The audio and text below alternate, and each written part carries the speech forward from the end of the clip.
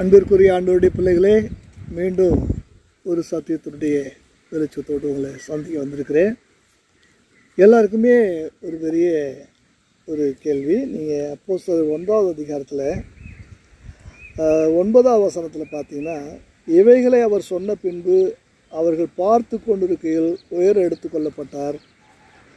அவர்கள் கண்களுக்கு முன்பாக ஒரு மேகம் அவரை எடுத்துக்கொண்டது.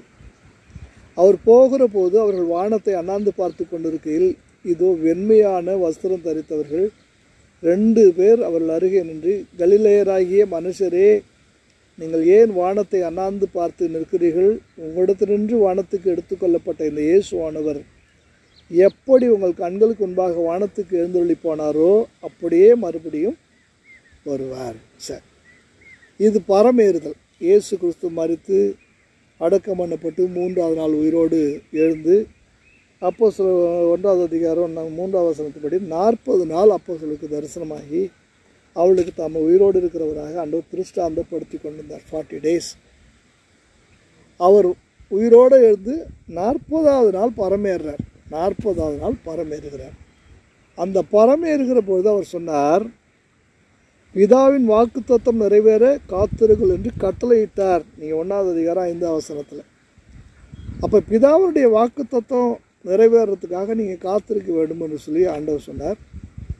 சொல்லிவிட்டு அப்படியே பரலோகத்துக்கு என்ன செய்கிறார்? ஏறி போகிறார். அப்போ தான் மிக அழகாக 8வது வசனத்தில் பார்த்தீங்கன்னா, பரிசுத்த ஆவியானவர் இடத்துல வருவார், நீங்கள் பலன் அடைவீங்க, உலகம் முழுக்க நீங்கள் எனக்கு என்ன செய்வீங்க? சாட்சியாக இருப்பீங்க. நான் போகிறதே அவரை உங்களுக்காக அனுப்புறதுக்காக தான் போகிறேன். அவர் வர்ற வரைக்கும் வெயிட் அண்ட் எங்கேயும் போயிடாதீங்க, வெயிட் பண்ணுங்க.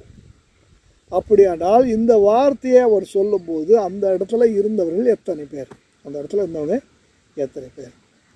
ஆனால் வசனம் சொல்லுது, நீங்கள் 15வது வசனத்தில் பார்த்தீங்கன்னா 1:15, அந்நாட்களில் சீசர்களில் ஏறக்குறைய 120 பேர் கூடியிருந்த போது அவர்கள் நடுவே பேதுரு எழுந்து நின்று, மேலேறையிலே 120 பேர் கூடியிருந்தாங்கன்னு நம்ம வாசிக்கிறோம்.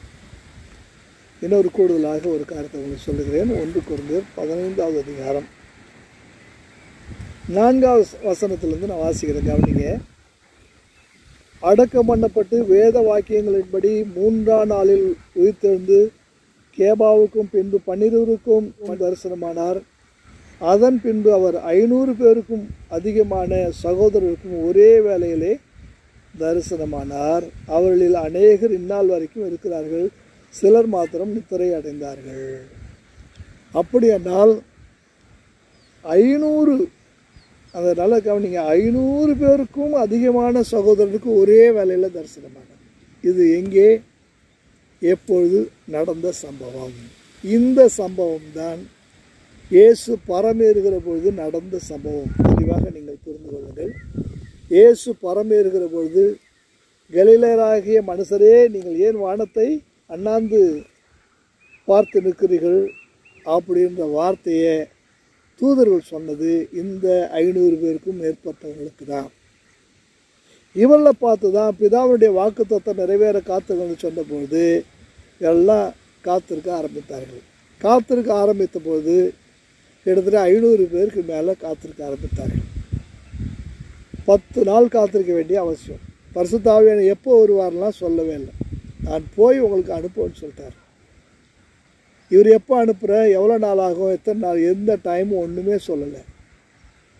ஆனால் சரியாக 10வது நாள் 50வது நாள், அதாவது ஏற்கனவே 40 நாள் உயிரோட எழுந்த பிற்பாடு அவர் போய் 10 நாள் 50வது நாள் பென்டி, அந்த பெந்தகோஸ்தே என்ற அந்த நாள் வந்தபோது பரிசுத்த ஆவியானவர் இந்த பூமிக்கு வரார். அப்போ இந்த 500 பேருக்கு மேற்பட்டவர்கள் கிட்டத்தட்ட 10 நாள் காத்திருக்க வேண்டிய ஒரு அவசியத்தில் Day 1, Day 2, Day 3 போக போக கொஞ்சம் கொஞ்சமாக என்ன செய்கிறாங்க, கூட்டம் கலைய ஆரம்பிக்குது, கூட்டம் குறைய ஆரம்பிக்குது. கடைசியாக மீந்த கூட்டம் தான் 120 பேருடைய என்ற அந்த 120 பேர் அந்த தொகை. அந்த 120 பேர் இருக்கிற அந்த சமயத்தில் தான் 2வது அதிகாரத்தில் பெந்தகோஸ்தே என்னும் நாள் வந்தபோது அவர்கள் எல்லாரும் ஒருமனப்பட்டு ஓரிடத்தில் வந்திருந்தார்கள். அப்பொழுது பலத்த காற்றடிக்கிற முழக்கம் போல வானத்திலிருந்து சடுதியாய் ஒரு முழக்கம் உண்டாகி அவர்கள் உட்கார்ந்திருந்த வீடு முழுவதையும் நிரப்பிற்று. இப்போ பரிசுத்த ஆவியானவர் 120 பேர் மேலே வந்தார். 50வது நாள் பெந்தகோஸ்து நாளில் வந்தார்.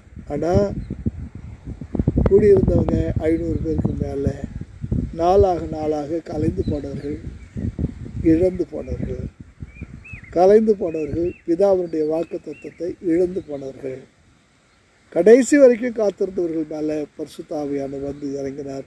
அந்த 120 பேரை கொண்டு தான் ஆண்டவர் முழு உலகத்தையும் சுவிசேஷமயமாக்கினார். God bless you. மீண்டும் ஒரு சத்தியத்தினுடைய வெளிச்சத்தோடு உங்களை பார்க்கிறேன். அதுவரை கர்த்தர் உங்களோடு கூட இருப்பாராக. Praise the Lord, praise the Lord.